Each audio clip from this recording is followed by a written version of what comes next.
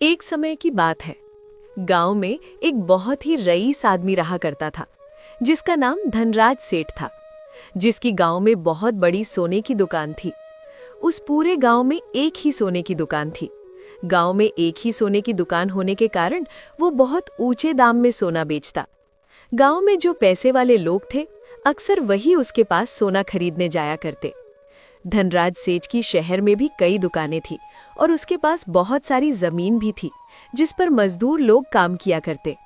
धनराज सेठ को अपने आप पर बहुत घमंड था। एक दिन एक ईश्वर नाम का मजदूर आकर बोलता है, सेठ जी, मुझे आपसे बहुत ही जरूरी बात करनी है। हाँ बोलो, क्या बात है?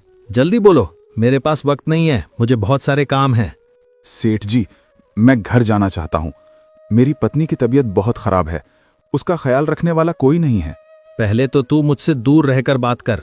पता नहीं तेरी पत्नी को कौन सी बीमारी है, वो बीमारी कहीं तेरे जरिए मुझे ना लग जाए। दूर हट जा। और हाँ, अगर तेरी पत्नी की तबीयत खराब है तो तू काम पर क्यों आया? सेठ जी, घर में पैसों की बहुत तंगी है। अगर मैं काम पर नहीं आता तो मेरी तनख्वाह काट ली जाती, इसलिए मैं काम पर आया। लेकिन तू तो आधा अधूरा काम छोड़कर जाने की बात कर रहा है, तो तुझे क्या लगता है आधा दिन भर कर मैं तुझे पूरे दिन की तनख्वाह दूंगा? बिल्कुल भी नहीं। मैं अच्छे से जानता हूँ तू जानबूझकर दिखावे के लिए आज काम पर आया था, ताकि तू मुझे ये दिखा सके कि तुझे तेरी पत्नी की तबीयत से ज्यादा मेरे काम की पड़ी है। ये नौटंकी मेरे सामने नहीं चलेगी। चुपचाप अपना पूरा काम कर और फिर ही घर जाना, नहीं तो मैं तुझे आज की तनख्वाह नहीं दूंगा। ऐसा मत कीजिए सेठ जी, भले ही मुझे आधे दिन की तनख्वाह कम दीजिए, लेकिन मुझे अब जाने दीजिए। मेरी पत्नी की तबीयत बहुत खराब है। तेरी हिम्मत कैसे हुई मुझे जबान लड़ाने की? तू जानता नहीं मैं कौन हूँ? अगर तुझे जाना है तो जा, तुझे कोई तनख्वाह नहीं मिलेगी। और हाँ, कल से काम पर आने की भी जरूरत नहीं है। अगर काम करना है तो ठीक से करो, वरना निकलो यहाँ से। तुम जैसे की कोई कमी नहीं है, तुम जैसे मुझे हजारों मिल जाएंगे, समझा? अब काम करना है तो कर, नहीं तो निकल। तेरे जैसे बहुत देखे हैं मैंने। तू जा, तुझे कोई तनख्वाह नहीं दूंगा, निकल यहाँ से। ईश्वर निराश होकर चला जाता है। ये देखकर सेठ की पत्नी किरण बोलती है, जी आपने ये ठीक नहीं किया। वो दोनों बेचारे पति पत्नी अकेले ही रहते हैं, ना ही उनकी कोई संतान है और ना ही कोई देखभाल करने वाला है। अगर वो जाना चाहता था तो जाने देते ना, उसकी तनख्वाह काटने की क्या जरूरत थी? कभी तो किसी की समस्या समझ लिया करो। आपके अंदर दिल है भी या नहीं? बुरा वक्त किसी पर भी आ सकता है, इतना भी घमंड करना अच्छी बात नहीं है। ऊपर वाले ने आप पर इतनी कृपा की है कि आपको किसी बात की कोई कमी नहीं, लेकिन आप इस बात को अपना घमंड मानकर बैठ गए हो। किरण, आवाज नीचे करके बात करो। तुम क्या जानो व्यापार के बारे में? तुम तो दिन भर घर में बैठी रहती हो। तुम्हारा जो काम है तुम सिर्फ वही करो। तुमसे मैंने अपने कारोबार में दखल देने के लिए शादी नहीं की है। तुम्हारा काम है मेरे बच्चों को देखना और इस घर का ख्याल रखना। मैंने तुमसे राय पूछी थी क्या, जो तुम बीच में आकर अपनी राय दे रही हो? अपनी राय अपने पास ही रखो। आइंदा मेरे कारोबार के मामले में दखल मत देना। मुझे तुम्हारी राय की कोई जरूरत नहीं। मुझे ये अच्छे से पता है मुझे क्या करना है और क्या नहीं। वैसे भी मुझे इन गरीबों से सख्त नफरत है। इन्हें देखता हूं तो मेरा खून खौलता है। मुझे इनसे गंदी बदबू आती है, जो मुझे बिल्कुल भी नहीं पसंद। और हाँ, आइंदा ये गरीब मेरे कमरे तक आने नहीं चाहिए। चौकीदार से कह दो आइंदा कोई आए तो उसे बाहर ही रोक दिया जाए। और मुझे नहाना पड़ेगा, क्योंकि पता नहीं ईश्वर की पत्नी को कौन सी बीमारी थी। वो बीमारी कहीं ना कहीं ईश्वर को भी होगी और ईश्वर के जरिए मुझे भी लग जाएगी। जब से उसे मिला हूं मुझे अजीब सा लग रहा है। मैं नहाकर आता हूं। हटो और जाओ यहां से। तुम भी अपना काम करो। धनराज सेठ गरीबों से बहुत चिढ़ता था। इधर ईश्वर घर आता है तो देखता है कि उसकी पत्नी ममता की तबीयत बहुत ज्यादा खराब होती है। ममता, तुम ठीक तो हो ना? तुम्हारी तबीयत ज्यादा खराब लग रही है। वैद्य जी को बुलाऊं क्या? नहीं, मैं ठीक हूँ। वैद्य को बुलाने की कोई ज़रूरत नहीं है। वैसे भी वैद्य जी आएंगे तो उन्हें भी पैसे देने पड़ेंगे और हमारे पास उन्हें देने के लिए पैसे नहीं हैं। कब तक हम उधार का इलाज करवाएंगे? पिछले कई दिनों से वैद्य आ रहे हैं, लेकिन बेचारे हमारी हालत देखकर पैसे की मांग भी नहीं करते। किसी का इतना फ़ायदा उठाना भी अच्छी बात नहीं है। वो भी तो कहीं ना कहीं अपने घर का गुजारा करने के लिए लोगों का इलाज करते हैं ना, और हम उन्हें फूटी कौड़ी तक नहीं दे पाते। अब तो उन्हें बुलाने भी शर्म सी आती है। कोई ज़रूरत नहीं है उन्हें बुलाने की। मैं ठीक हूँ। ऊपर वाले को जब अपने पास बुलाना होगा वो बुला लेगा। ईश्वर की मर्जी के आगे हम कुछ नहीं कर सकते। आप मेरी चिंता मत कीजिए, जो होगा सो होगा। मरने की बात मत करो ममता। मेरा तुम्हारे अलावा इस दुनिया में है ही कौन? अगर तुम चली जाओगी तो मैं कैसे जीऊंगा? अकेले कैसे रहूंगा? मैं जानता हूं तुम्हें कुछ नहीं होगा। ईश्वर जरूर तुम्हारी तबीयत ठीक कर देंगे। तुम ऐसी बातें मत करो। बोलते बोलते ईश्वर की आंखों में आंसू आ जाते हैं। वो घर से बाहर मंदिर में जाता है और ईश्वर से प्रार्थना करता है। हे भगवान, हमारी इतनी कठोर परीक्षा क्यों ले रहा है? क्या गलती हो गई? क्या तेरी भक्ति में मुझसे कोई कमी रह गई? किस बात से नाराज हो गए हो भगवान? मुझसे अनजाने में कोई अपराध बन पड़ा हो तो मुझे क्षमा कर दे, लेकिन ममता को इस बात की सजा मत दे। उसकी हालत देख मुझे बहुत रोना आ रहा है। कहीं ना कहीं उसकी हालत का मैं जिम्मेदार हूँ। आज मेरी हालत ऐसी है कि मैं उसके इलाज के लिए वैद्य जी को तक नहीं बुला पाता। अगर मेरे पास पैसे होते, मैं अच्छे खासे पैसे कमा सकता, तो मैं ममता का इलाज शहर में बड़े अस्पतालों में कराता। मेरी ममता बिल्कुल ठीक हो जाती। लेकिन लानत है मुझ पर, मैं ये भी नहीं कर सकता। प्रभु, मैंने खुद का व्यापार करने की कई बार कोशिश की, लेकिन कुछ हाथ नहीं लग पाया। बदले में नुकसान ही होता गया और फिर मजबूरन मुझे सेठ जी के यहाँ काम करना पड़ा, और वो भी इतनी कम तनख्वाह देते हैं जिसमें जैसे तैसे घर चलता है। इसमें मैं बीमारी के इलाज के लिए पैसे कहाँ से लाऊं? कुछ तो कीजिए प्रभु, कुछ तो रास्ता दिखाइए। ईश्वर के सामने बोलते बोलते ईश्वर रो पड़ता है। कुछ दिन ऐसे ही बीत जाते हैं। ईश्वर अब धनराज सेठ का काम छोड़ चुका होता है, तो वो मूर्ति बनाकर बेचता है, लेकिन उससे भी उसे बहुत कम कमाई होती है। जैसे तैसे वो 2 वक्त की रोटी का इंतजाम करता है। एक दिन धनराज सेठ के यहाँ एक महात्मा आते हैं, जिनकी हालत बहुत खराब होती है। धूल मिट्टी से उनके कपड़े मैले हो जाते हैं और जगह जगह फटे होते हैं। बेटा, मुझे बहुत प्यास लगी है और भूख भी लगी है। कुछ खाने का दे दो, तुम्हारा बहुत बड़ा एहसान होगा। ए भिखारी, तेरी अंदर आने की हिम्मत कैसे हुई? तुझे बाहर किसी ने रोका नहीं? लखन, लखन, इस भिखारी को अंदर आने की इजाजत किसने दी? ये यहाँ आया तो आया कैसे? इसे अभी धक्के देकर बाहर निकालो। ये अपने साथ साथ मुझे भी गंदा कर देगा। बेटा, बाहर कोई नहीं था, इसीलिए मैं अंदर आ गया। आप ऐसा क्यों कहते हो सेठ जी? मैं तो सिर्फ 1 वक्त की रोटी मांगी है और पानी मांगा है। बस इतना दे दो, मैं चला जाऊंगा। 3 दिन से मेरे पेट में अन्न का दाना तक नहीं है। दया कीजिए सेठ जी, कृपया मुझे कुछ खाने को दे दीजिए। दूर हो जा मेरी नजरों के सामने से। तुझ पर गंदी मिट्टी लगी है और तू कितना मैला है, कितना गंदा है। बहुत बदबू आ रही है। ऐसा लग रहा है कि मैं अभी उल्टियां कर दूंगा और तेरी ये मिट्टी मेरे कपड़ों को लग जाएगी। दूर रहकर बात कर। मालिक, बहुत तेज भूख लगी है। आप तो इतने धनवान हो, मैं बस 1 रोटी का टुकड़ा ही मांग रहा हूं। बस थोड़ी सी ही दे दीजिए। दौलत का क्या है मालिक, वो तो आती जाती रहती है। आज आपके पास है, कल किसी और के पास भी हो सकती है। लेकिन अगर आप मुझे खाना खिलाते हो तो ये एक ऐसी दौलत है जो कभी कम नहीं होगी। किसी भूखे को खाना खिलाओगे तो बहुत बड़ा पुण्य लगेगा। भिखारी कहीं का, तुझे एक बार में समझ नहीं आता? तुम मुझे मत सिखा कि मुझे क्या करना चाहिए क्या नहीं। निकल यहां से, तेरी वजह से मेरा घर गंदा हो रहा है। अपनी मनहूसियत यहां मत फैला। धनराज सेठ ये सब बोल ही रहा था, तभी धनराज सेठ के यहाँ एक व्यापारी दोस्त आता है, जिसका नाम विशाल है, जो बहुत ही अच्छे दिल का होता है और गरीबों के प्रति उसके मन में बहुत दया होती है। उसे देख धनराज सेठ के तेवर बदल जाते हैं। वो सोच में पड़ जाता है। अरे, ये विशाल कहाँ से आ गया? इसके सामने मुझे इस भिखारी से अच्छा बर्ताव करना होगा, नहीं तो विशाल को मेरी सच्चाई पता चल जाएगी। अगर उसे लगा कि मैं एक भिखारी से ऐसे बर्ताव करता हूं, तो वो कहीं मुझे व्यापार करना ना बंद कर दे, क्योंकि मैं विशाल को अच्छी तरह से जानता हूं। उसे इन भिखारियों से बहुत लगाव है।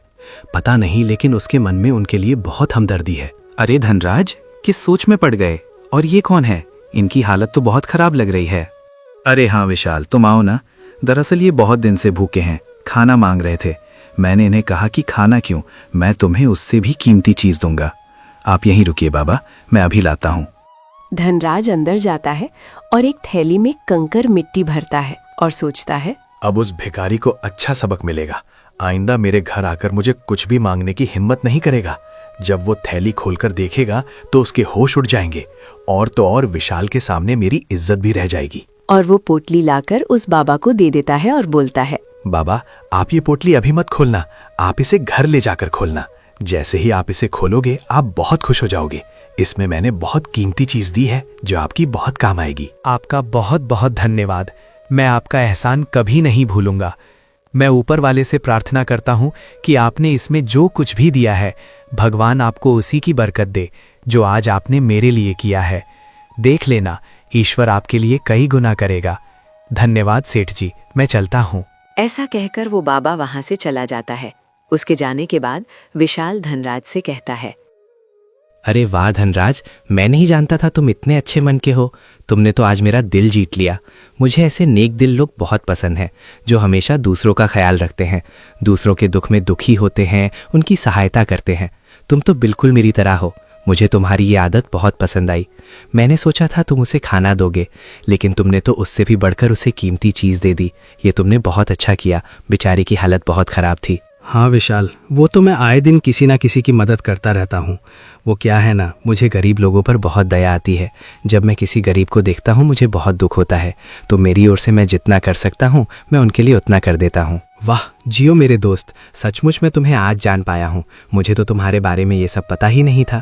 मुझे लगा तुम एक घमंडी किस्म के इंसान हो जो कभी किसी की मदद नहीं करते, लेकिन तुम तो बड़े छुपे रुस्तम निकले। छुप छुप कर लोगों की मदद करते हो। आज मैं इस वक्त ना आया होता तो मुझे तो पता ही नहीं चलता। सचमुच आज तुम्हारा गरीबों के प्रति ये भाव देखकर मुझे बहुत अच्छा लगा। इधर ईश्वर मूर्तियां बनाकर बेच रहा होता है। तभी वहां पर वही बाबा आते हैं। सुनो बेटे, क्या मुझे थोड़ा पानी मिलेगा? बहुत देर से प्यासा हूँ। हाँ हाँ, क्यों नहीं बाबा, आप आओ बैठिए। आपकी हालत तो बहुत खराब लग रही है। लगता है आपने बहुत दिन से कुछ नहीं खाया। एक काम कीजिए, आप अंदर थोड़ी देर आराम कीजिए। मेरे घर में जो कुछ भी खाने को है मैं आपके लिए लाता हूँ। बेटा, अरे नहीं नहीं, बस मुझे पानी ही पिला दो, और कुछ नहीं चाहिए। नहीं बाबा, आपकी हालत बहुत खराब है। आप कुछ खा लीजिए, उसके बाद चले जाना। मेरे पास बहुत कुछ तो नहीं है, बस थोड़ी बहुत सूखी रोटियां बची होंगी। आप वही खा लीजिए, आपको थोड़ी राहत मिलेगी। मना मत कीजिए। ठीक है बेटा, तुम्हारा बहुत बहुत धन्यवाद बेटा। ईश्वर उस बाबा को बहुत ही आदर से घर में बैठाता है और रसोई में जाता है तो देखता है कि रसोई में आटा खत्म हो गया है और सिर्फ 2 रोटियां ही बची थी। मैंने तो ध्यान ही नहीं दिया। आटा तो खत्म हो गया है और मैंने मेरे और मेरी पत्नी के लिए 2 रोटियां बनाई थी। अगर मैं ये रोटी बाबा को दे दूंगा तो मुझे और मेरी पत्नी को भूखा सोना पड़ेगा। एक काम करता हूँ, इनमें से एक रोटी बाबा को दे देता हूँ। मैं ममता से कह दूंगा कि मेरा आज खाने का मन नहीं है और ममता को एक रोटी दे दूंगा। वैसे भी बेचारी बीमार है, मैं उसे भूखा नहीं रख सकता और मैं इन बाबा को भी भूखा नहीं भेज सकता। उनकी हालत बहुत खराब है। मुझे तो आदत है भूखा रहने की। मैं एक दिन और भूखा रह लूंगा। यही सोचकर ईश्वर उन बाबा को एक रोटी परोस देता है और बोलता है, माफ करना बाबा, लेकिन 2 ही रोटी बची थी। उसमें से एक रोटी आपको दे रहा हूँ। मेरी पत्नी बीमार है, इसलिए एक रोटी उसके लिए रख दी, नहीं तो मैं वो भी आपको ही दे देता। क्षमा करना बाबा, शायद इस एक रोटी में आपका पेट ना भरे। अरे नहीं नहीं बेटा, तुमने अपने हिस्से की रोटी दी है, यही मेरे लिए बहुत है। इसे तुम ही खा लो बेटा, मैं तुम्हें भूखा रखकर इस रोटी को नहीं खा सकता। अरे नहीं नहीं बाबा, आप खा लीजिए। मुझे तो आदत है, मैं अक्सर भूखा सो जाया करता हूँ। आप मेरी चिंता मत कीजिए। आपकी हालत बहुत खराब है, मुझसे ज़्यादा आपको ज़रूरत है। आप खा लीजिए। और आप तो मेरे अतिथि की तरह हैं। मेरे घर से कोई अतिथि भूखा जाएगा तो इससे बुरी बात मेरे लिए और कुछ नहीं होगी। कृपया आप खा लीजिए बाबा। बाबा ईश्वर की बात मानकर वो रोटी खा लेते हैं। उसके बाद बाबा ईश्वर से कहते हैं, बेटा, मैंने आज तक तुम्हारे जैसा इंसान नहीं देखा। सचमुच तुम्हारा दिल बहुत बड़ा है। तुम बहुत साफ दिल के हो। तुमने आज अपने हिस्से की रोटी मुझे दी है। मेरे पास तुम्हें देने के लिए एक चीज़ है। ये लो, तुम ये पोटली रखो बेटा। इस पोटली में कुछ कीमती चीज़ है जो मुझे एक बहुत बड़े आदमी ने दी थी। मैं इससे पहले उसके घर खाना मांगने गया था। तब उस बड़े आदमी ने मुझे ये पोटली दी थी और कहा, इसमें बहुत कीमती चीज़ है। मुझे लगता है इस कीमती चीज़ की ज़रूरत मुझसे ज़्यादा तुम्हें है। इस पर तुम्हारा हक है, क्योंकि तुमने अपनी फिक्र ना कर मुझे अपने हिस्से की रोटी दी है। तो इसे तुम ही रख लो। अरे नहीं नहीं बाबा, ये आपकी अमानत है, ये आपकी चीज़ है, इसे आप ही रख लीजिए। मुझे क्यों दे रहे हैं? मैं जैसे तैसे अपना गुजारा कर लूँगा। इसे आप ले जाइए बाबा, ये आपको मिला है। नहीं बेटा, इसकी ज़रूरत तुम्हें ज़्यादा है। मैं तो अकेला हूँ, मेरा क्या है। मैं जैसे तैसे यहाँ वहाँ भटक कर अपना गुजारा कर ही लेता हूँ। मेरा कोई ठिकाना नहीं है बेटा। लेकिन तुम्हारी पत्नी बीमार है, उसका इलाज करना है। तुम्हें इसकी ज़्यादा ज़रूरत है। इसे तुम रख लो, ये मैं दिल से दे रहा हूँ। और इसके साथ साथ मैं तुम्हें एक आशीर्वाद देता हूँ। तुमने जितना मुझे दिया है, ईश्वर तुम्हें उसके कई गुना अन्न देगा। तुमने आज मेरा पेट भरा है, एक दिन तुम्हारे पास इतना धन होगा, इतना अनाज होगा कि तुम ऐसे कई लोगों के पेट भर सकोगे। तुम्हारे पास धन की कोई कमी नहीं होगी। भगवान करे इस पोटली में वही चीज़ निकली जिसकी तुम्हें ज़रूरत है और तुम्हारी दिन दुगनी चार चौगनी तरक्की हो। आपका बहुत बहुत धन्यवाद बाबा। मैं चलता हूँ बेटा, खुश रहो। ऐसा कहकर वो बाबा वहां से चले जाते हैं। बाबा के जाने के बाद ईश्वर वो पोटली खोलकर देखता है तो उसे पोटली में बहुत सारे सोने के सिक्के होते हैं। ये देख ईश्वर की आंखें फटी की फटी रह जाती है। वो बहुत खुश हो जाता है। वो फौरन घर के बाहर दौड़ पड़ता है और उन बाबा को ढूंढता है तो देखता है वो बाबा कहीं नजर नहीं आते। वो वहां से जा चुके होते हैं। इसमें तो बहुत सारे सोने के सिक्के हैं। उन बाबा की हालत कितनी खराब थी, शायद उन्होंने इस पोटली को खोलकर देखा ही नहीं। अगर ये पोटली मैं उनके सामने खोल देता तो इसमें से आधे सिक्के उनको भी दे देता, क्योंकि उनकी हालत भी खराब थी। उन्हें ये सिक्के काम आ जाते। पता नहीं कौन थे, कहाँ से आए थे, मुझे इतना सारा धन देकर चले गए। देख रही हो ममता, आज ईश्वर ने किस रूप में आकर हमारी मदद की है। ममता, इसमें इतने सारे सोने के सिक्के हैं कि मैं तुम्हारा बड़े से बड़े अस्पताल में इलाज कर सकूंगा। तुम पहले जैसी हो जाओगी, तुम पूरी तरह से ठीक हो जाओगी ममता। और तो और हमारे खाने पीने की समस्या भी खत्म हो जाएगी। ममता, आज ईश्वर ने मुझे इतने सारे सोने के सिक्के दिए हैं, मैं इन सिक्कों को जाया नहीं जाने दूंगा। मैंने बहुत गरीबी देखी है, बहुत रातें मैंने पानी पीकर बिताई हैं। मैं इन सिक्कों से हमेशा गरीबों की मदद करूंगा, भूखे को खाना खिलाऊंगा। दोनों पति पत्नी बहुत खुश हो जाते हैं और दूसरे ही दिन ईश्वर अपनी पत्नी को शहर के अस्पताल लेकर जाता है और वहां उसका इलाज करवाता है। कुछ दिन ममता का इलाज चलता है और फिर एक दिन ममता पूरी तरह से ठीक हो जाती है और फिर घर आ जाती है। देखा ममता, आखिरकार ईश्वर ने हमारी सुन ली। आज तुम पूरी तरह से ठीक हो। आज मैं बहुत खुश हूँ। आप बिल्कुल सही कह रहे हैं। भला हो उन बाबा का जो उस दिन हमारे घर आए थे। एक रोटी के बदले हमें कितना कुछ दे गए। सुनिए ना, मेरी एक इच्छा है। मैं चाहती हूँ कि हमारा भी एक बड़ा सा मकान हो जिसमें हम खुशी खुशी रहें। क्यों नहीं ममता, कितने दिनों के बाद तो तुमने अपनी इच्छा जताई है। अगर तुम्हारी यही इच्छा है तो मैं तुम्हारे लिए एक अच्छा सा घर बनाऊंगा। इधर धनराज सेठ जब अपनी तिजोरी खोलकर देखता है तो उसमें मिट्टी और कंकड़ होते हैं। ये देखकर धनराज सेठ के पैरों तले जमीन खिसक जाती है। उसकी आंखें फटी की फटी रह जाती है। वो जोर से चिल्लाता है, ये सब कैसे हुआ? मेरा धन कहाँ गया? मेरे पैसे कहाँ गए? इसमें मिट्टी और कंकर किसने रखे? मेरे पैसे कहाँ है? नालायको, तुम लोग कर क्या रहे थे? मेरे घर में इतनी बड़ी चोरी हो गई। चोर यहाँ आया, उसने चोरी की और मेरे अलमारी में कंकर और मिट्टी भर दिए और तुम्हें पता भी नहीं चला। तुम कर क्या रहे थे?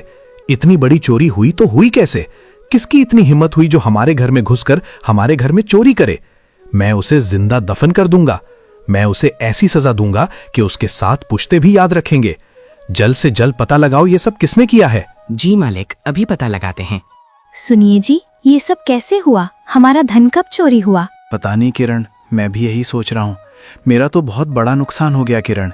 मेरी सारी धन दौलत तो इसी में थी, सब लुट गई, सब बर्बाद हो गया। अगले दिन माफ करना मालिक, लेकिन इस बात का कोई पता नहीं लग पा रहा कि ये चोरी किसने की है। तुम सब के सब निकम्मे हो, नकारे हो, तुम किसी काम के नहीं। तुम्हारे होते हुए मेरे घर में चोरी हुई तो तुम किस काम के? निकलो मेरे घर से। धनराज सेठ अपने नौकरों को काम से निकाल देता है। कुछ दिन ऐसे ही गुजर जाते हैं। धनराज सेठ की तबीयत खराब होने लगती है। दिन गुजरते गुजरते उसकी तबीयत इतनी खराब हो जाती है कि उसे एक गंभीर बीमारी घेर लेती है जो किसी के समझ नहीं आती। वो अपनी जगह से उठ भी नहीं पाता। वैद्य जी को बुलाया जाता है। ए वैद्य, मुझे क्या हुआ है? जल्दी से मुझे कोई ऐसी औषधि दे जिससे मैं जल्द से जल्द ठीक हो जाऊं। माफ करना, लेकिन मेरे पास इस बीमारी का कोई इलाज नहीं है। ये कोई साधारण बीमारी नहीं है। इसका इलाज मुझे नहीं लगता कि संभव है। तू वैद्य होकर कैसी बातें करता है? तुझे मेरा इलाज करना ही होगा। जल्द से जल्द मुझे औषधि दे, मुझे ठीक होना है। मैं उठ भी नहीं पा रहा हूँ। मेरे पूरे शरीर में अजीब सी जलन हो रही है। मैंने कहा ना, मेरे पास इसका कोई इलाज नहीं है। और तुम्हारी बीमारी, मुझे नहीं लगता ये कोई बीमारी है। मुझे तो लगता है ये कोई श्राप है जो तुम्हें मिला है। जरूर तुमने किसी का बहुत दिल दुखाया है। जरूर किसी के साथ बहुत बुरा किया है जिसकी सजा तुम्हें मिल रही है। वैद्य के बच्चे, ये तू क्या कह रहा है? वैद्य होकर ऐसी बातें करता है? तुझे मैंने मेरा इलाज करवाने के लिए बुलाया था और तू मुझे किसी का दिया हुआ श्राप बता रहा है। मैं इन सब चीजों को नहीं मानता। किसी की इतनी हिम्मत नहीं जो मुझे श्राप दे। तो चुपचाप मेरा इलाज करता है या नहीं? नहीं तो याद रखना, जिस दिन मैं ठीक हो गया मैं तुझे नहीं छोड़ूंगा। तुम कुछ भी कह लो सेठ, लेकिन मैं तुम्हारा इलाज नहीं कर सकता। मैं क्या, दुनिया का कोई भी बड़े से बड़ा वैद्य तुम्हारा इलाज नहीं कर सकता, क्योंकि तुम्हें कोई साधारण बीमारी नहीं हुई है जो इलाज से ठीक हो सके। मुझे तो लगता है तुम्हारे कर्मों की सजा है जो तुम्हें मिल रही है। नहीं तो अचानक किसी को इतनी बड़ी गंभीर बीमारी हो जाना ये कोई मामूली बात नहीं है। मैं कुछ नहीं कर सकता, मैं जा रहा हूं। ए वैद्य के बच्चे, रुक, मैं तुझे छोड़ूंगा नहीं। याद रखना, मैं तुझे ऐसी सजा दूंगा जो तू जिंदगी भर नहीं भूलेगा। इतना सब हो जाने के बाद भी धनराज सेठ का घमंड नहीं जाता। वैद्य उसकी बातों को अनसुना कर वहां से चला जाता है। इधर ईश्वर एक बड़ा सा घर बनाता है और उसमें रहने लगता है, और ईश्वर हर जरूरतमंद की मदद करता है। एक समय ऐसा आता है कि गांव में अकाल पड़ जाता है। गांव में किसी की फसल नहीं होती। अरे तुम लोग चिंता क्यों करते हो, मैं हूं ना। तुम लोगों को जब भी जरूरत पड़े तो मेरे घर जाकर अनाज ले जा सकते हो। आखिर बुरे समय में हमें ही एक दूसरे की मदद करनी है। तुम सभी गांव वाले मेरे लिए परिवार की तरह हो। बेझिझक तुम मेरे घर आ सकते हो। ईश्वर लोगों की मदद करता है, उन्हें अनाज देता है। लोगों में बातें होने लगती हैं। लगता है ईश्वर को कोई बहुत बड़ा खजाना हाथ लगा है। देखा नहीं पहले कैसा था और अब कैसा हो गया है। पहले तो टूटे फूटे घर में रहता था, अब तो उसने बड़ा सा घर बना लिया है, और तो और सबकी मदद भी करने लगा है। उसके पास इतना सारा अनाज कहां से आया? मुझे लगता है कोई बहुत बड़ी बात है। ईश्वर के पास बहुत पैसे हैं, तभी तो वो सबकी मदद कर पा रहा है। नहीं तो उसकी हालत तो हम लोगों को अच्छे से पता थी। अरे उसने तो वैद्य जी के भी सारे पैसे चुका दिए, जबकि उसने कभी वैद्य को पैसे नहीं दिए थे। वैद्य जी मिले थे, बता रहे थे कि ईश्वर ने उनका सारा हिसाब किताब कर दिया है। और तो और ईश्वर तो अब धनराज सेठ के यहाँ काम पर भी नहीं जाता। उसे तो कब का निकाल दिया गया था। लेकिन आज देख लो, बिना कुछ काम किए उसके पास इतना धन कहाँ से आया? ये सारी बातें धनराज सेठ का एक आदमी सुन लेता है, जिसका नाम रामू है, और वो धनराज सेठ के पास जाता है। सेठ जी, मुझे बहुत जरूरी बात पता चली है, वही बताने में आया हो। जल्दी से बता, क्या बात है? और तू दूर क्यों खड़ा है? मेरे पास आकर बोल। माफ करना सेठ जी, लेकिन आपके बदन से बहुत बदबू आ रही है। मैं आपके पास नहीं आ सकता। पता नहीं आपको कौन सी बीमारी हुई है। आपके शरीर से गंदी बदबू आ रही है। अगर मैं पास आया तो आपकी बीमारी मुझे भी घेर लेगी। मैं यहीं ठीक हूँ। माफ करना सेठ जी, जान है तो जहान है। मैं आपकी तरह बीमार नहीं पड़ना चाहता। आपको कोई गंभीर बीमारी हुई है, और मैं तो क्या, आपकी पत्नी सेठानी भी आपके पास नहीं आती। तो हमसे तो ये उम्मीद करना छोड़ ही दो। मैं आपको आपके फायदे की बात बताने आया था, लेकिन अगर आप नहीं सुनना है तो मैं जा रहा हूँ। धनराज सेठ को उसके ऊपर बहुत गुस्सा आता है। वो मन ही मन सोचता है, ये 2 टके का नौकर मुझसे ऐसी बातें कर रहा है। अगर मेरे हालात इतने खराब नहीं होते तो इसके हाथ पैर यहीं तोड़ देता। लेकिन ये वक्त गुस्सा दिखाने का नहीं है। नहीं तो ये जो बातें बताने आया है वो नहीं बताएगा शायद। क्या पता मेरे धन से जुड़ी हो। धनराज सेठ गुस्से का प्याला पी जाता है और बोलता है, अरे रुक, कहीं जाने की जरूरत नहीं है। तू वहीं खड़े रहकर मुझे वो बात बता। क्या बता रहा था? तुम्हें क्या पता चला है? आप हमारे गांव के ईश्वर को तो जानते हैं ना, जो आपके खेत में काम किया करता था? उसी के बारे में बताने आया हूँ। आपने तो उसे काम पर से निकाल दिया था, और गांव में तो अकाल पड़ा है। और इस अकाल के समय में भी ईश्वर के पास बहुत अनाज है। वो गांव में अनाज बांटता फिर रहा है, जरूरतमंद की मदद करता है, जिसको जितने पैसे की जरूरत होती है वो भी देता है। और तो और आप तो ये भी नहीं जानते कि उसने अपना एक बड़ा सा घर बना लिया है सेठ जी। और ये सब उसी दिन से हुआ है जिस दिन आपके घर में चोरी हुई थी। मुझे लगता है आपके घर में चोरी उसी ने की है। क्या बात कर रहे हो रामू? इसका मतलब वो ईश्वर ही था जिसने मेरे घर इतनी बड़ी चोरी की। उसकी इतनी हिम्मत जो मेरे घर में चोरी करता है और मेरे पैसे लोगों को बांट रहा है। ये मैं नहीं होने दूंगा। उन पैसों पर उसका कोई अधिकार नहीं है। वो पैसे मेरे हैं। तुम अभी जाकर उसके घर की तलाशी लो, तुम्हें वहां पैसे जरूर मिलेंगे, और वो सारा धन मेरे पास लेकर आओ, और उस ईश्वर को भी घसीटते हुए मेरे पास लेकर आना। मैंने उसे उस दिन थोड़ा क्या बोल दिया, उसने तो मेरी दौलत पर ही नजर रख दी। मैं सोच भी नहीं सकता था कि वो ऐसा कुछ कर सकता है। उसने मुझसे इस बात का बदला लिया है। तभी वहाँ पर धनराज सेठ की पत्नी किरण आकर बोलती है, आप कब तक दूसरों पर इल्जाम लगाएंगे? आप मान क्यों नहीं लेते कि ये सब आपके कर्मों का नतीजा है? आपके कर्म ही ऐसे थे जो आज आपकी हालत ऐसी हो गई है। उस बेचारे ईश्वर को क्यों सता रहे हो? जरा अपने अंदर झांक के देखिए, आप कैसे हो। आपने न जाने कितने लोगों के साथ जुल्म किए हैं, अन्याय किए हैं, ईश्वर आपको उसी की सजा दे रहा है। इसमें ईश्वर की कोई गलती नहीं है। उस पर जानबूझकर झूठा इल्जाम मत लगाइए।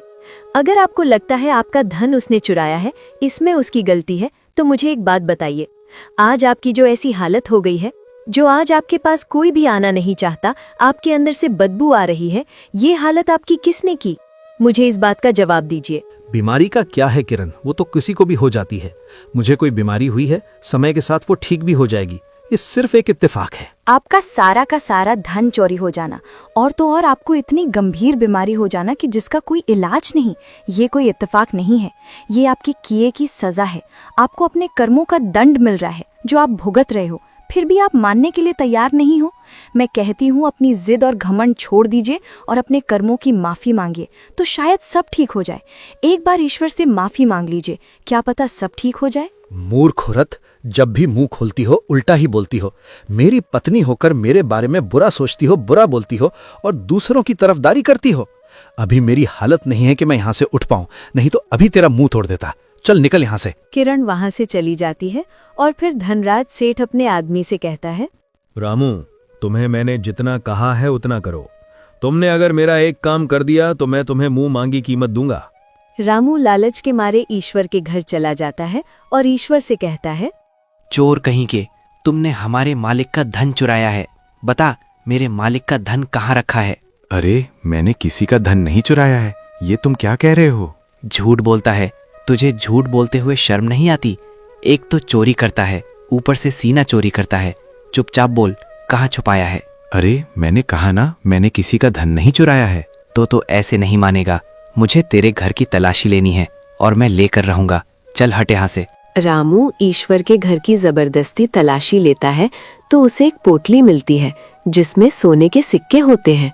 ये क्या है ईश्वर, झूठे कहीं का। मैंने कहा था ना, तूने ही मेरे मालिक का धन चुराया है। ये पोटली तुम्हारे मालिक की नहीं है, मुझे किसी और ने दी है। इस पर तुम्हारा कोई अधिकार नहीं। रखो इसे। इस बात का फैसला तो सेठ जी करेंगे कि पोटली तुम्हारी है या नहीं। चलो मेरे साथ, सेठ जी ने तुम्हें भी बुलाया है। वो आदमी ईश्वर को धनराज सेठ के पास लेकर जाता है और वो आदमी धनराज सेठ के पास जाकर बोलता है, सेठ जी, ये देखिए, मुझे ये पोटली इसके पास मिली है। इसमें बहुत सारे सोने के सिक्के हैं। अच्छा, ईश्वर के बच्चे, ये तेरी करतूत थी। तेरी हिम्मत कैसे हुई मेरे घर पे घुसकर मेरे यहाँ चोरी करने की? मैंने तुझे उस दिन काम से क्या निकाला तो इस बात के बदले में मेरी तिजोरी ही लूट गया। वैसे तो गांव भर में खुद को बहुत ईमानदार कहता फिरता है। यही थी तेरी ईमानदारी, चोर कहीं का। और मेरे पैसे अय्याशों की तरह उड़ा रहा था, है ना? तुझे किसने अधिकार मेरे पैसे दान करने का? तूने जितने भी सिक्के इसमें से निकाले हैं और लोगों पर खर्च किए हैं, वो भी मुझे वापस चाहिए। सेठ जी, आप क्या कह रहे हैं? मैंने आपके कोई सिक्के नहीं चुराए। भला मैं आपके घर चोरी कब करने आया था? आपने कब मुझे देखा? आप मुंह में आए वो बोलते जा रहे हो। मैंने ये चोरी नहीं की है। आप जबरन मुझ पर चोरी का इल्जाम क्यों लगा रहे हैं? झूठ मत बोल ईश्वर के बच्चे, ये पोटली मेरी है। तू बता, ये पोटली तेरे पास कहां से आई? तू तो भिखारी था, तेरे पास इतना धन कैसे आया? बोल, अब चुप क्यों है? बोलता क्यों नहीं? मुझे ये पोटली एक बाबा ने दी थी। एक दिन मेरे घर एक बाबा आए थे, उन्होंने ही मुझे ये पोटली दी है। वे बहुत भूखे थे, मैंने उनको खाना खिलाया था, तभी उन्होंने मुझे ये पोटली दी थी। धनराज सेठ सोच में पड़ जाता है। अरे, मुझे याद आया, ये पोटली तो मैंने उस भिखारी को दी थी और इसमें तो मैंने मिट्टी और कंकड़ डाले थे। फिर इसमें सोने के सिक्के कैसे आ सकते हैं? ये कैसे हो सकता है? ईश्वर से तू झूठ बोल रहा है। इस पोटली में सोने के सिक्के थे ही नहीं। तूने जरूर मेरे घर में चोरी की है। मैं झूठ नहीं बोल रहा, मैंने कोई चोरी नहीं की है। मैंने कहा ना, मुझे ये पोटली एक बाबा ने दी थी। रामू, उस पोटली में देखो, सिक्के हैं भी या नहीं? रामू उस पोटली को खोलकर देखता है तो उसमें कंकड़ और मिट्टी होती है। ये देख धनराज सेठ चौंक पड़ता है और तो और ईश्वर भी चौंक जाता है। क्या है रामू? इस पोटली में तो वही है जो मैंने डाला था।